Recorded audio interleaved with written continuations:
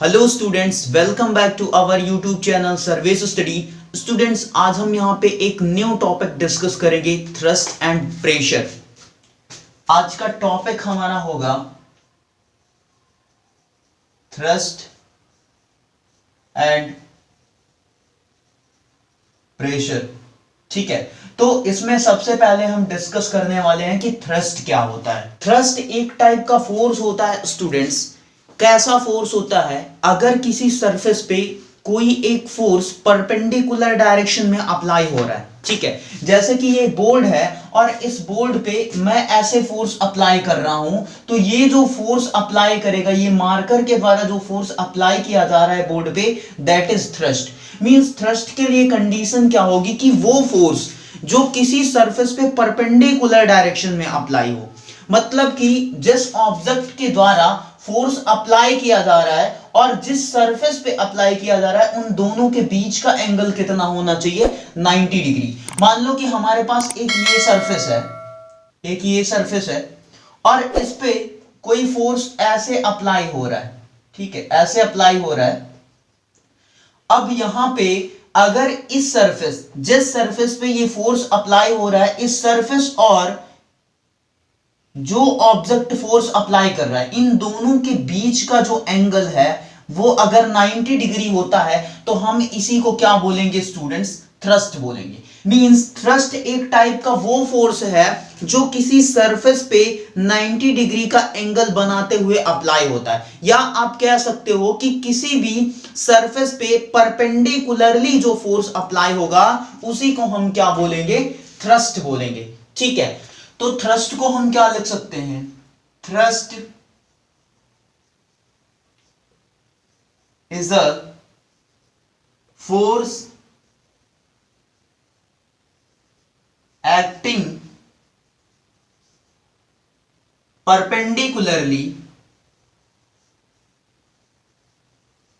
perpendicularly on a surface। ठीक है, मतलब कि थ्रस्ट एक टाइप का क्या है स्टूडेंट्स? थ्रस्ट एक टाइप का फोर्स है जो किसी भी सरफेस पे परपेंडिकुलर डायरेक्शन में अप्लाई होता है, मतलब 90 डिग्री का एंगल बनाते हुए अप्लाई होगा, तो हम उसको क्या बोलेंगे? थ्रस्ट बोलेंगे। जैसे कि आपको दीवार पे क्या करना है, आयरन नेल गाड़नी है, तो आप क्या करते हो? ठीक है, ऐसे ही तो गाड़ते हो ना। अगर एकदम आप सीधा रखोगे, मतलब कि जिस सरफेस पे आप गाड़ना चाह रहे हो, जिस दीवार पे गाड़ना चाह रहे हो, उसके और जो आयरन नेल है, उन दोनों के बीच का जो एंगल है वो अगर 90 डिग्री रख रहे हो, तो वो जो फोर्स अप्लाई करेगा आयरन नेल, वो कौन सा फोर्स होगा? वही थ्रस्ट कहलाएगा। ठीक है, जैसे कि एक और एग्जांपल ले लेते हैं। जब कोई भी पर्सन क्या करता है, अर्थ सरफेस पे स्टैंड करता है, तो कैसे स्टैंड करता है? ऐसे तो स्टैंड करेगा नहीं, ना ही ऐसे स्टैंड करेगा। वो जब भी स्टैंड करेगा परपेंडिकुलर डायरेक्शन में करेगा। ठीक है, मान लो कि ये अर्थ सरफेस है, ये क्या है? Earth surface. ठीक है, और कोई भी पर्सन है, वो अपने पैर के थ्रू, फीट के थ्रू क्या करता है? जो फोर्स अप्लाई करता है अर्थ सरफेस पे, वो कौन सा फोर्स होगा बच्चों? यही तो होगा ना, थ्रस्ट।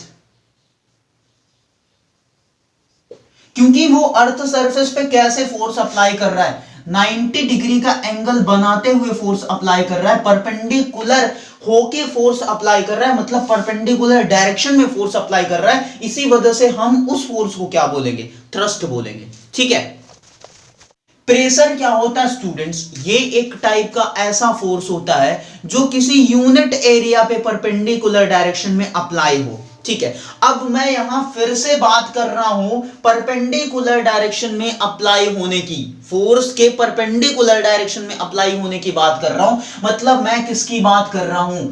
थ्रस्ट की बात कर रहा हूं, जो कि अभी मैंने आप सभी को समझाया कि जो फोर्स परपेंडिकुलर डायरेक्शन में लगेगा उसको हम क्या बोलेंगे? थ्रस्ट बोलेंगे।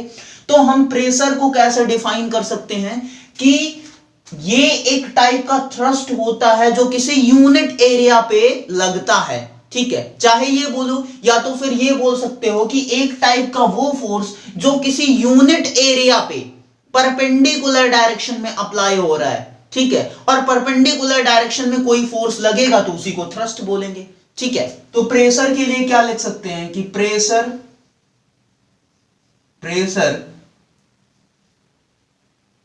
is a force acting perpendicularly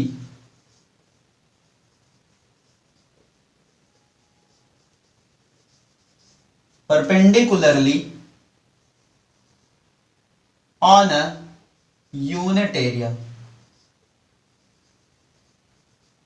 ठीक है, यूनिट एरिया पे परपेंडिकुलर डायरेक्शन में जो फोर्स अप्लाई होता है उसी को हम क्या बोलते हैं बच्चों, प्रेशर बोलते हैं, ठीक है। या फिर इसके लिए इससे छोटा भी स्टेटमेंट आप लिख सकते हो प्रेशर के लिए कि प्रेशर, और करके आप लिख सकते हो कि pressure is a thrust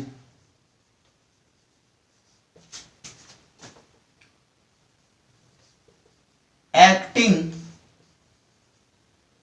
on a unit area। ठीक है, चाहे आप ये वाला डेफिनेशन लिखो और चाहे आप ये वाला डेफिनेशन लिखो, ठीक है, दोनों ये सेम चीजें हैं। यहां पे थ्रस्ट की पूरी डेफिनेशन लिख दी जा रही है, फोर्स एक्टिंग ऑन परपेंडिकुलरली, और यहां पे उसी को बोल दिया जा रहा है, ये लैंग्वेज हटा के थ्रस्ट रख दिया मैंने, ठीक है। तो प्रेशर इज इक्वल टू क्या होगा बच्चों, pressure is equal to thrust per unit area,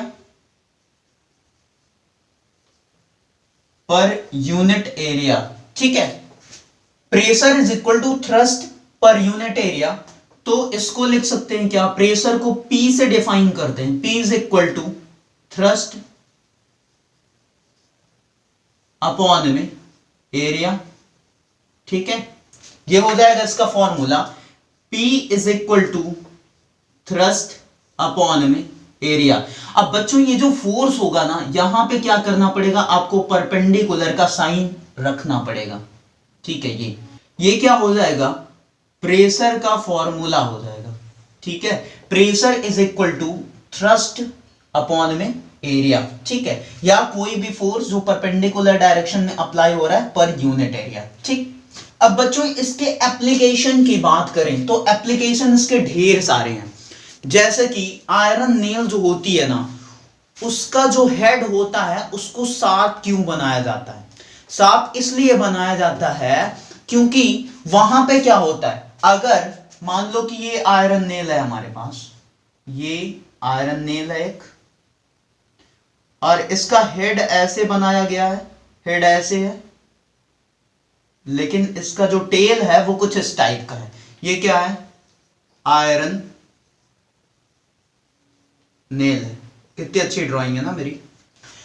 अब आयरन नेल जो होता है ना, उसके हेड को शार्प इसलिए बनाया जाता है, नुकीला क्यों बनाया जाता है, इसलिए बनाया जाता है क्योंकि यहां पे क्या होगा, in comparison to this students, यहां के कंपैरिजन में अगर ये वाला एरिया आप देखोगे, ये वाला एरिया, तो यहां पे एरिया की वैल्यू क्या है, कम है, और यहां पे एरिया की वैल्यू क्या है, ज्यादा है। अगर मैं बोलूं कि इसको आप क्या करो, अपोजिट डायरेक्शन में गाड़ दो, ठीक है, मतलब उल्टा करके गाड़ो, इस साइड क्या करो, ये वाला जो साइड है इसको हेड बना के ऐसे लगा के, ऐसे लगा के आप गाड़ो दीवार पे, तो क्या गड़ेगा, नहीं गड़ेगा। रीजन यही है कि जब आपने क्या करा, एरिया कम कर दिया, मतलब कि आयरन नेल को नुकीला बनाया, एरिया कम किया, एरिया आप कम करोगे तो प्रेशर क्या होगा, प्रेशर ज्यादा लगेगा स्टूडेंट्स, मतलब इस केस में प्रेशर क्या लगेगा, ज्यादा लगेगा, लेकिन इस केस में प्रेशर क्या हो जाएगा बच्चों, कम हो जाएगा,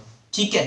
समझ में आ रहा है ये चीज की नहीं, जब आप एरिया ज्यादा करोगे तो प्रेशर कम लगेगा, और जब एरिया कम करोगे आप तो प्रेशर ज्यादा लगेगा, ठीक है, इसी वजह से आयरन नेल के हेड को शार्प बनाया जाता है, नुकीला बनाया जाता है, ताकि वो कम फोर्स में कम प्रेशर अप्लाई करने पे भी वो आसानी से क्या हो, दीवार के अंदर घुस जाए। ठीक है, इसके अलावा जो बैग की स्ट्रिप होती है, ठीक है, जो आप झोला टांग के जाते हो स्कूल ना, उसकी जो स्ट्रिप होती है उसको क्या किया जाता है, उसकी ब्रेड्थ ज्यादा रखी जाती है, उसको चौड़ा बनाया जाता है, ऐसा।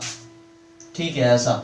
वो रीजन वहां पे यही है कि अगर एरिया आपने बढ़ाया तो प्रेशर कम लगेगा, और प्रेशर कम लगेगा तो जो आपके बैग की स्ट्रिप होगी वो जल्दी ब्रेक नहीं होगी। ठीक है, जैसे कि हमारे पास दो ब्रिक्स हैं, एक ब्रिक्स मैंने ऐसे क्या करा, रख दिया, और दूसरा मैं ऐसे रख रहा हूं। ठीक है, अब अगर आपसे पूछा जाएगा ये क्या है, ब्रिक्स है। ठीक है, अब अगर आपसे पूछा जाएगा कि किस कंडीशन में ब्रिक क्या करेगा, ज्यादा फोर्स अप्लाई करेगा, ज्यादा प्रेशर अप्लाई करेगा, तो इस कंडीशन में ज्यादा प्रेशर अप्लाई करेगा, क्योंकि इन कंपैरिजन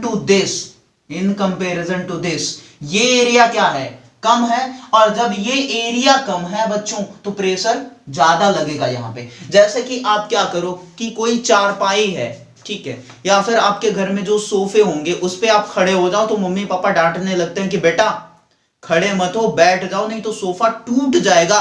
वहां पे रीजन क्या है, रीजन यही है कि जब आप खड़े हो गए तो केवल आपके पैर का एरिया वहां पे लग रहा है, मतलब कि एरिया कम हो गया, प्रेशर ज्यादा लगेगा, सोफा टूट जाएगा या चारपाई टूट जाएगी। लेकिन जब आप बैठ जाओगे तो एरिया इंक्रीज हो जाएगा, और जब एरिया इंक्रीज होगा बच्चों तो प्रेशर की वैल्यू क्या हो जाएगी, कम हो जाएगी, जिससे वो टूटेगा नहीं। जैसे कि जो नाइफ होती है वो अगर शार्प है तो वेजिटेबल अच्छे से कट जाते हैं, फ्रूट्स अच्छे से कट जाते हैं, क्योंकि जब शार्प रहेगी तो उसका एरिया कम रहेगा, वो प्रेशर ज्यादा अप्लाई कर पाएगी ऑब्जेक्ट्स पे, तो वो जल्दी कट करेगी। ठीक है, अगर ब्लंट है तो वहां पे क्या हो जाएगा कि सब्जियां या फिर जो फ्रूट्स होंगे वो जल्दी कट नहीं कर पाएगी, क्योंकि उसका एरिया ज्यादा होगा तो वो प्रेशर कम अप्लाई कर पाएगा। ठीक है, यहां पे क्वेश्चन दिया है बच्चों, कह रहा है कि a force of 50 newton is applied to an object of area 2 metre square, calculate the pressure.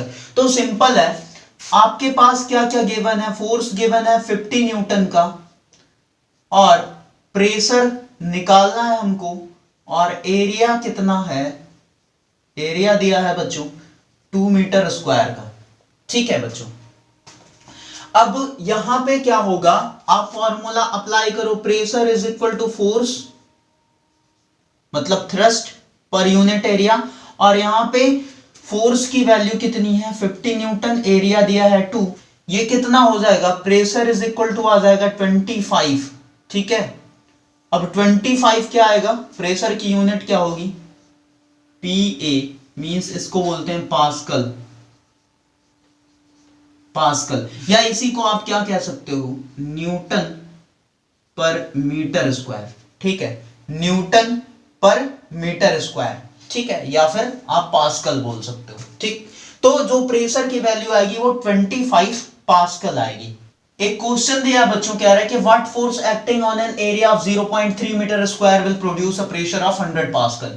ठीक है, यहां पे फोर्स की वैल्यू कैलकुलेट करनी है, प्रेशर दिया है कितना 100 पास्कल, और एरिया दिया है बच्चों कितना 0.3 मीटर स्क्वायर। ठीक है, सॉल्व कर लेते हैं। प्रेशर इज इक्वल टू क्या होता है, फोर्स अपॉन में एरिया, यहां से फोर्स की वैल्यू क्या हो जाएगी, प्रेशर इनटू एरिया, तो प्रेशर की वैल्यू है 100 और एरिया कितना है 0.3 मीटर स्क्वायर, तो यहां से कितना आ जाएगा बच्चों 30 न्यूटन आ जाएगा।